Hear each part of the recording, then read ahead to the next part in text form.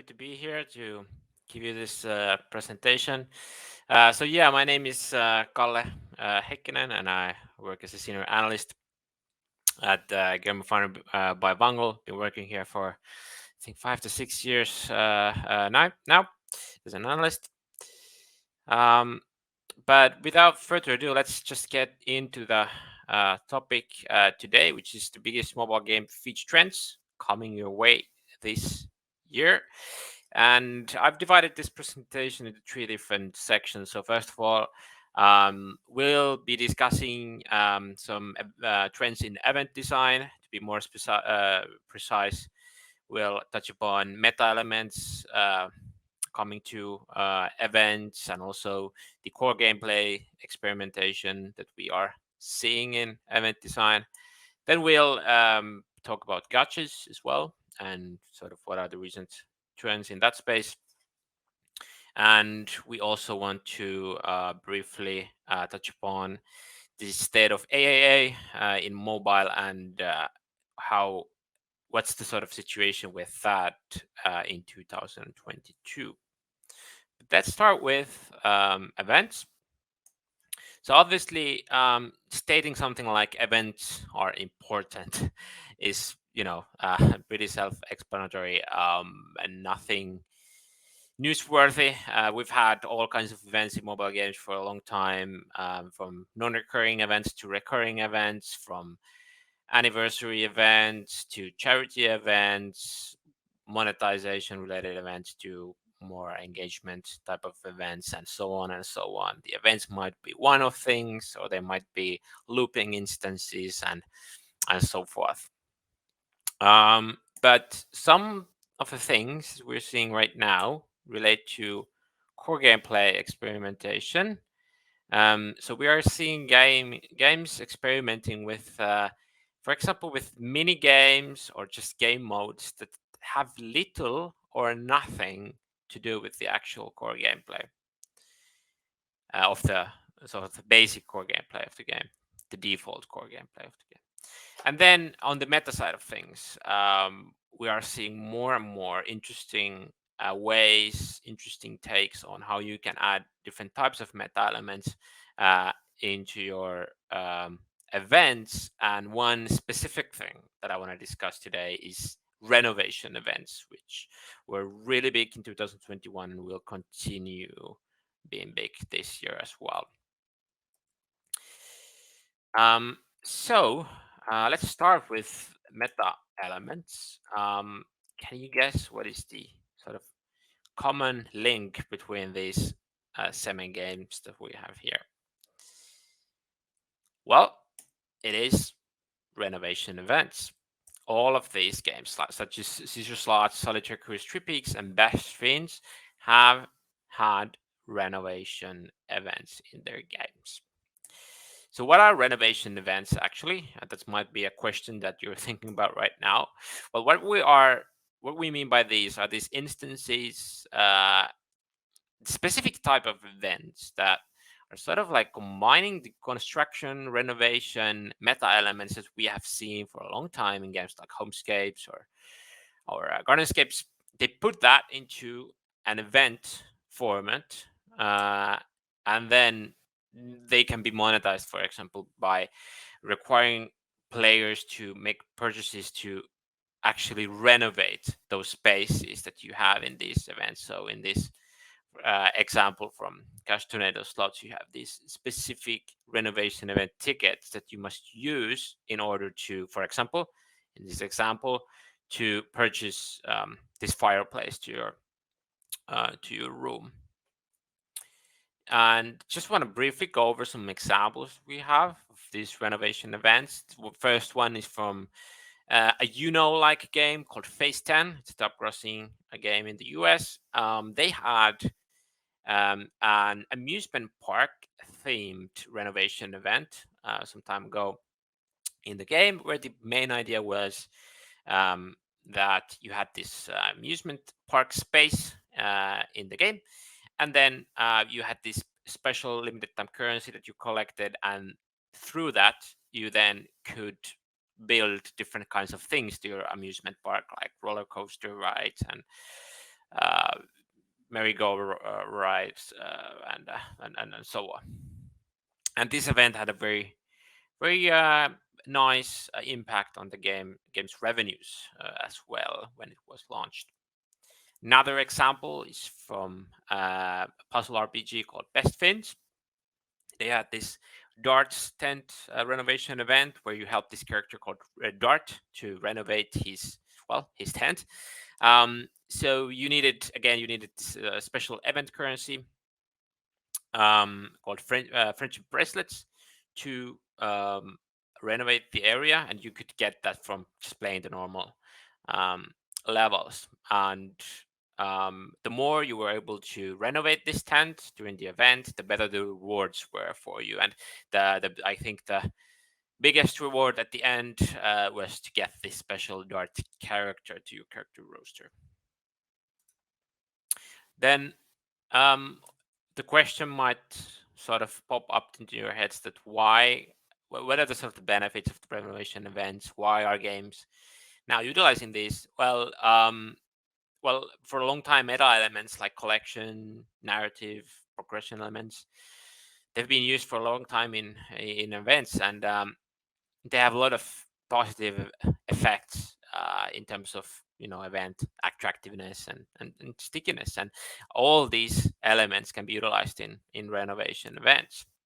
And also the sort of core idea of these events that you clean up a place, or you decorate the place, or you set up a place is sort of it's very powerful in terms of like where as motivators go if you want to engage your players, because we a lot of players who have this sort of urge to sort of get things done, and in limited time sort of environment, these renovation instances work very well, and they can be looped back into the game. You can sort of just find new assets, new themes, new visuals, new aesthetics to the event, and loop it back to the game. We see that happen quite a lot in the top mobile games.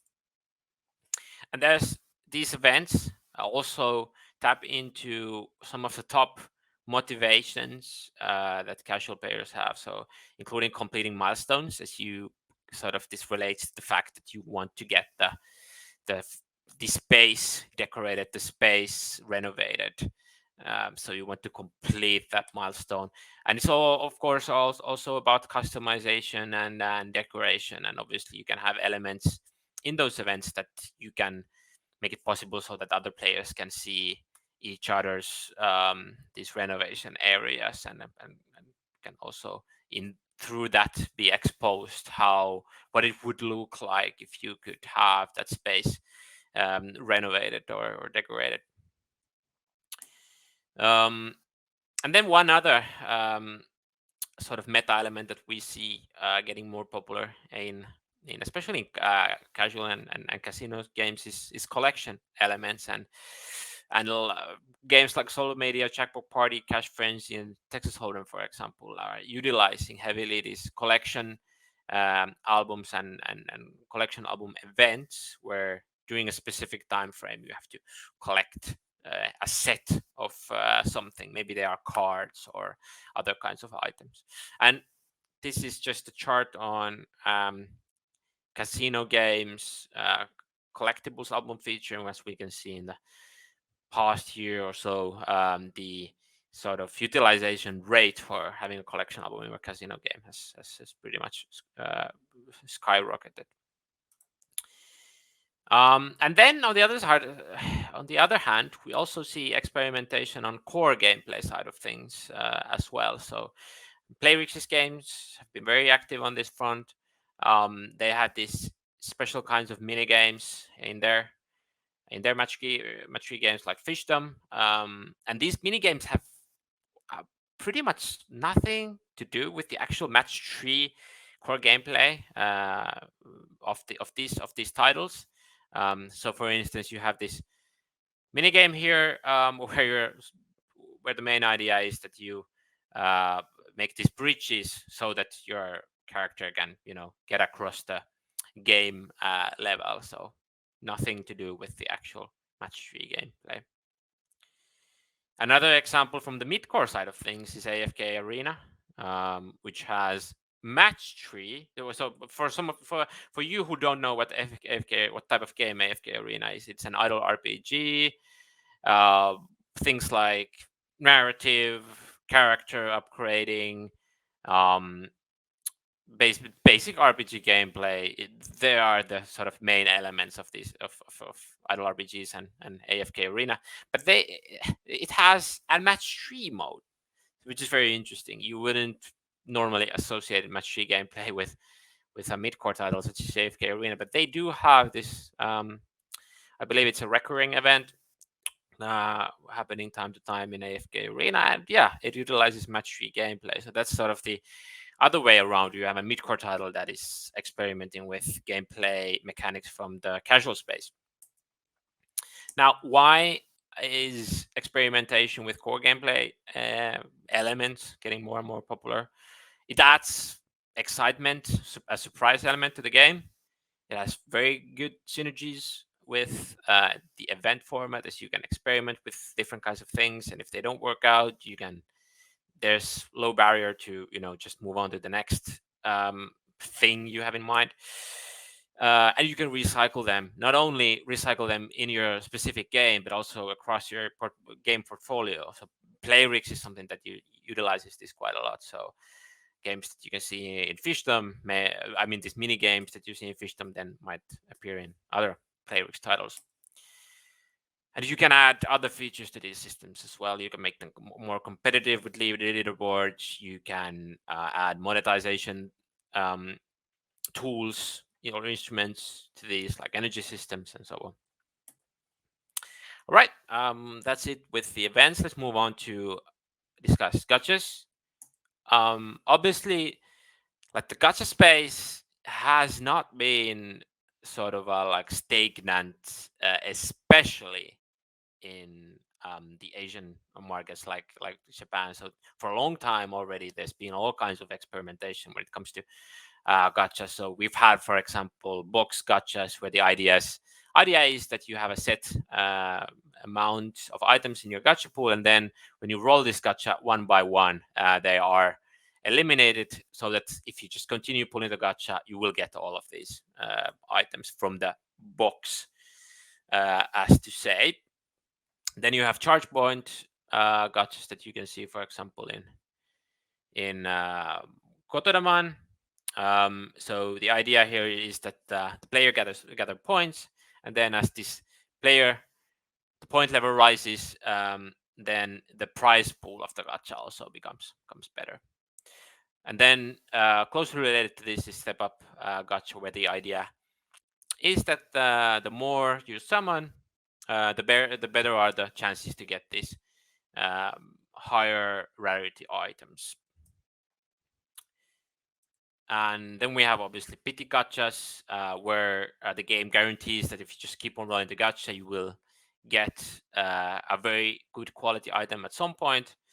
And then the last one is Sugorogu gacha, where the idea is that you are sort of you throw a dice, and then you move on this dice board, and then you get all the items that you encounter when moving on the game board.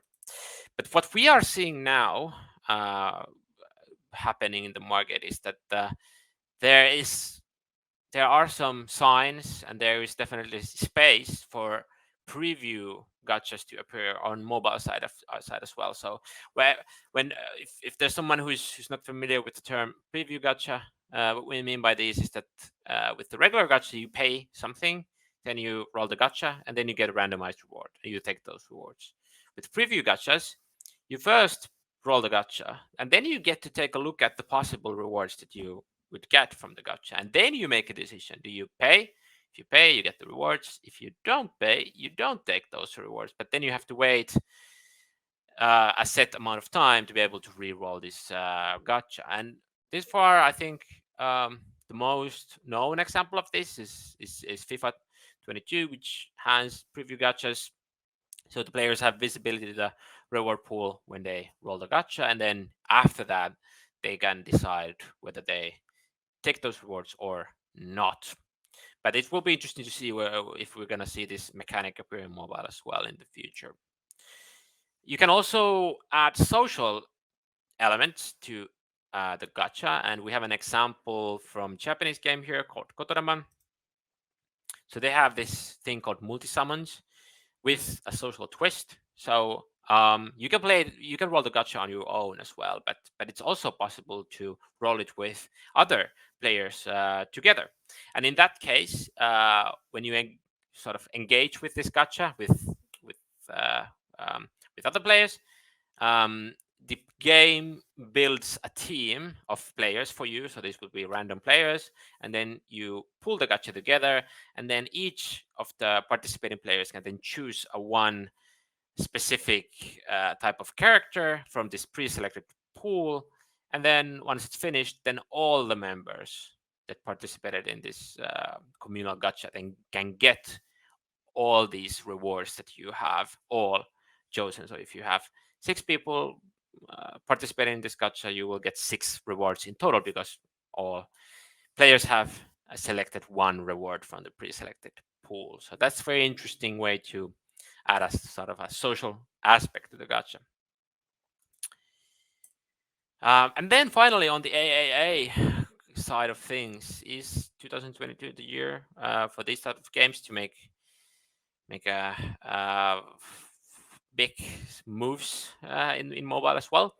Well, what we can say for sure is that the shooter space is definitely heating up. So some of these games that you see in this slide have already been released, like PUBG, New State, and so on. But there's quite a lot of interesting mobile like shooter games coming up. I think yesterday Ubisoft introduced some new info on the Division Mobile, for example, and there are other interesting projects coming up to the mobile shooter space. So this is going to be a very interesting one to take a look at this year.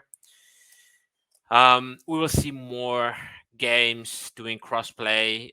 We've like this far we've seen examples like Genshin Impact, Roblox, and Minecraft, but we will see games like Star Wars Hunters, Honkai Star Rail, and Fallout 84, for example, entering the space with crossplay capabilities, and just more games with AA production values. So Genshin Impact and Future Revolution are, for example, a good examples of games that have gone sort of like a full on with AAA production values, and we'll see more of these titles coming for sure.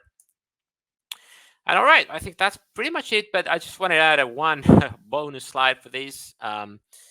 Blockchain is obviously something that a lot of folks are talking about, and I guess you just couldn't have a 2022 prediction without touching upon this subject. So we are also definitely taking a close eye on what's happening in the blockchain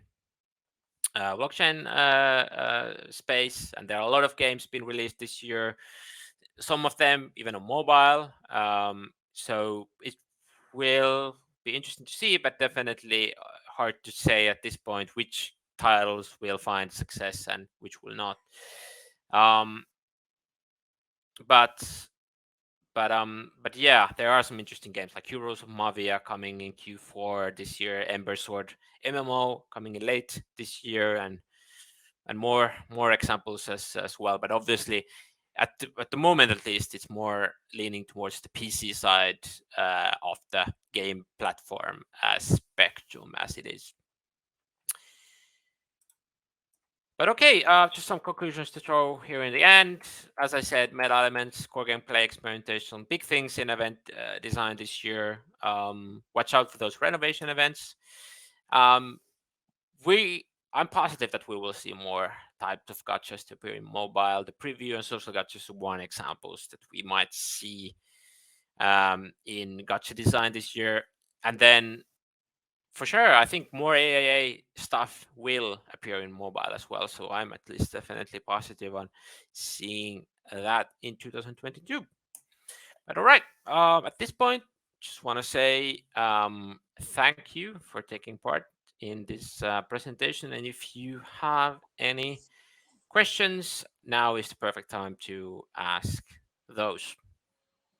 Thank you, Kalle. Thank you. People are always very eager to have a sight into the future in some different ways. One of them is GameRefinery, of course. So thank you for taking out there.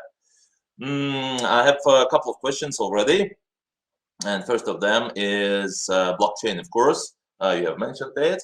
You mentioned NFT. Blockchain games is a pretty old story already, and there were a lot of expectations about exploit of blockchain games. Do you expect some hits, some wide audience hits, utilizing blockchain NFT in 2022? Yeah, that's probably the most talked about topic in the gaming space right now. I would say that there's just so much resources, so much money, so much investment, so much talent being gathered into this space that it just makes sense that the end result of all that will also be interesting and good quality games and products that will appear on mobile platforms as well. Um, Finding the sort of the right audience, especially in the Western side of things, I guess that's going to be something that will be interesting to see that how these titles will sort of tackle that obstacle, because I guess like some of at least some of the success cases in this space we have seen have most like the biggest chunk of the user base this far has been in the for example the Southeast Asian markets and so on. So it will be very interesting to see the how how these developers are going to find the sort of the mass market audience in, or not necessarily of course the mass market audience, but just the right type of audience in the Western market. But yeah, I'm pretty positive on the fact that we are going to definitely see a lot of more activity also in the mobile space on the blockchain front. Thank you so much for commenting. I want to read a couple of comments from viewers. One of them is Kester Bishop from FRVR. Fantastic presentation, super insightful. Another one is from Armin from Frenzy Studio. With this insight, looks like what some publishers stand doing these days is quite wise. Adding in NFT cards to the games adds meta content can change the game and turn their whole portfolio to a huge, big platform. So yeah, people are excited with what you say and looking very much forward to NFT. Okay, probably another question. Do you see a difference in audience in different locations, maybe different countries, different continents? Um, Probably you could give us a couple of hints there. What's the difference? Japan, Europe, I know America. Yeah, for sure. So there are obviously regional differences when it comes to the sort of the type of games that find success in different types of markets, and on feature level as well. There are certain kind of game mechanics, game systems, monetization mechanics that just work better in different regions. I would say that as for trends that are happening right now, I think some of the some of some of the regional differences I would point out are probably the fact that there are actually four location-based games in Japan in top crossing right now, and as we know, in the US, it's very different. We all practically only have Pokemon Go that has found real success, but in Japan, there are actually four games in the top 200 crossing as it is, which is very interesting. And also in China, accidentally just a couple of days ago, I checked, and um, there's like for a long time there was no location based games in top 200 crossing, but now one of the old ones that was released like 3 4 years ago has just made a comeback to top 200 crossing. So I guess the question is why. I don't have any exact sort of like reasons to throw out here right now, but it's definitely very interesting. The in China, one of the sort of interesting trends to take a look at is the game time restrictions that they have sort of applied to the Chinese market. Most of the games now have already started applying different types of restrictions, restricting the days of the week that players can access the games if they are underage, for example, and limiting the time that they can utilize those. Play those games. So that has been very interesting to follow how those sort of like walls have been built inside these games. And then maybe final thing is going back to the Japanese market. It used to be the top crossing market used to be one where we didn't see any ad monetization at all. But now we have seen some games adding incentivized ads to their games. And again, I'm speaking about top crossing in download side of things. That it's obviously very different. But it's been interesting to see that now top crossing games in Japan, up to some extent, have also been experimenting with ad monetization as well. Mhm. Thank you so much. Another question coming from Kester Bishop. It seems like increased pressure on mobile user acquisition from IDFA deprecation is forcing even more market consolidation on the app stores. I'm interested to hear if you have any predictions or trends you could share about the less well understood instant channels like Facebook, Instagram, Snapchat, etc. Yeah, that's very good question. Unfortunately, I don't have much insight into you doing UA with the channels that you just mentioned. So I think maybe someone else would probably be better to give you a better answer. Or just on the topic of IDFA, what I can say is that it's been interesting to see how, for example, in the Forex space, which relies heavily on targeting those high quality users, as to say. We've seen more and more games trying these sort of like hybrid approaches where in their UA activities, for example, they utilize ads that, how should I put this, are more like leaning on taking advantage of like an creative assets that appeal to the casual audience. So for example, Top War has this like merge mechanics that they also utilize in their UA creative. So I think that has been a very interesting way to see that these type of games have sort of answered to this IDFA problems by sort of casting a wider net on attracting new types of users to their games.